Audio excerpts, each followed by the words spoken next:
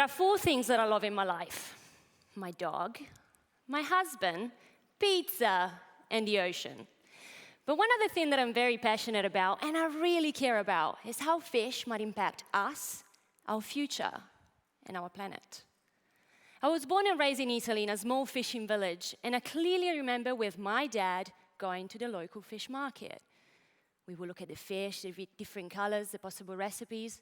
Then Dad would pick a fish, go to the counter, and every time ask the same question. Was it wild caught or was it farmed?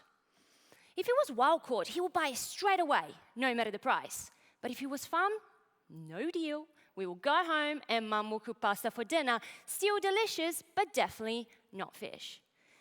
In my dad's eyes, farm fish was less good, less healthy, not as yummy, not as nutritious as wild caught.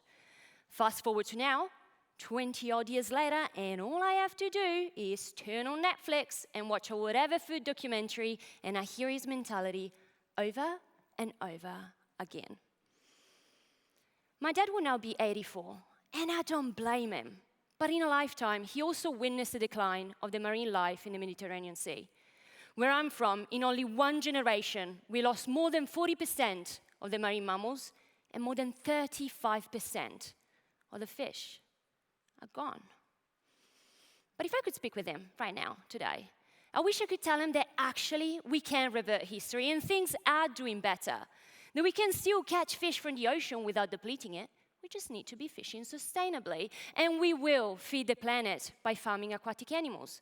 We just need to embrace aquaculture. And to do so, we need to hear about it.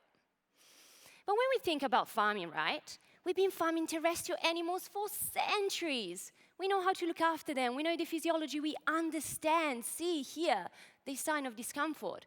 That's how we've been able to build ethical and sustainable farming of chicken, pig, cattle, sheep. Aquatic animals are a little bit different. First of all, aquaculture is a very young industry that was very little until 50 years ago and then boomed to become the fastest growing food sector globally. But this, of course, comes with challenges. Now, imagine farming 680 different species of cattle, each with a different diet, different need, different salinity, different temperature, different everything. And more simply, fish lives under the water, which makes it a little bit more blurry and complicated to look at. And then, to top it all off, if a fish is happy, sad, hot, cold, stressed, it always looks the same. Apart when he's dead, then it looks exactly the same, but just upside down, floating in the water. And because of this, the aquaculture industry needs scientific people to try to find the best way to farm those animals healthy and fast, so we can feed the planet. And when more than 3 billion people, a third of the global population, relies on seafood and proteins that come from water, you, me, we realize that aquaculture is not a nice to have. It's a must. It's necessary. And this is where I stand. No, I'm not a fish whisperer, and I'm not a fish psychologist. I'm a fish scientist, and in the last 9 years, I worked in the aquaculture industry in 4 different countries, promoting the use of biotechnology and molecular biology to enhance the productivity and sustainability of this industry. And every single day, the urgency of my job becomes more and more clear. But let me take you back to me and my dad. Now, both me and my dad grew up by the ocean in the same village 50 years apart. And I remember Dad telling me so many times stories about his childhood. He once told me that he was in this little boat and he got so scared as hundreds of bluefin tuna started surrounding him. He also told me that he used to catch big fish after big fish, swimming with seahorses and dolphins, and look at shiny zooplankton in front of home. I absolutely loved my childhood. It was the best. But what I really did not enjoy were the hours and hours spent with no luck trying to catch a fish, staring at the ocean, and feeling seasick. My dad was born in 1940. When he turned 10 years old, the bluefin tuna catch was less than 100,000 tons per year, equivalent in weight to 40 million chickens. When he turned 20, this number doubled. When he met with my mum, he's now in his 40s, and his bluefin tuna catch intensified greatly all over the world, reaching an equivalent weight harvested of 240 million chickens. In 1996, a year after I was born, and the bluefin tuna population dropped to 15%. A few years later, that is now 56, and the industry realized that probably something needs to be done about it, so few catch limits were put in place. However, still not a strong enough move to the point that a few years later, when I started going to high school, the bluefin tuna population dropped in certain locations to as low as 1.5%. In 2007, and finally, a strong set of global measurements were put in place. We were still catching bluefin tuna, but we were doing it sustainably. It took compromises and commitments from many people, many industries, many countries, from fisheries, retailers, governments, scientists, and consumers. Awareness campaign we started. People started making conscious decisions. Countries collaborated towards a common goal.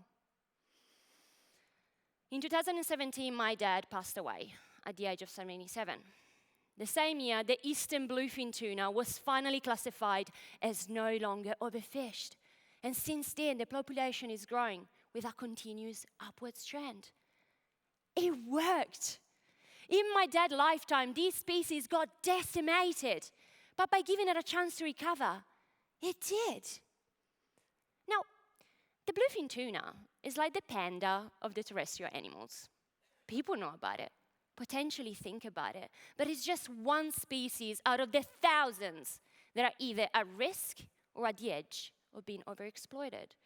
But if this species could recover from a 1.5%, anything is possible. It took social awareness, compromises, and collaboration. But imagine what we could achieve if on top of this, we could add aquaculture. If we got drastically better and faster, farming more and more species, we could lift the pressure from the wild stock while keep feeding the planet. But for this to be possible, we need a social license, where people first look for sustainably caught fish, and second, embrace and accept aquaculture. But until all we see in the media are the same images over and over again of sad, sick salmon swimming in polluted water in one particular location, of course this is what we're going to think about aquaculture. But that is a 0.147% of the reality. One species in one location out of the 680 farmed all over the world. We need to start showcasing and broadcasting the great work that aquaculture is doing. So we need the farmers and the fishers to share their value, their passion, and their great products. We need the scientists to keep helping them reach their potential. We need policies that demand for the sustainability of seafood.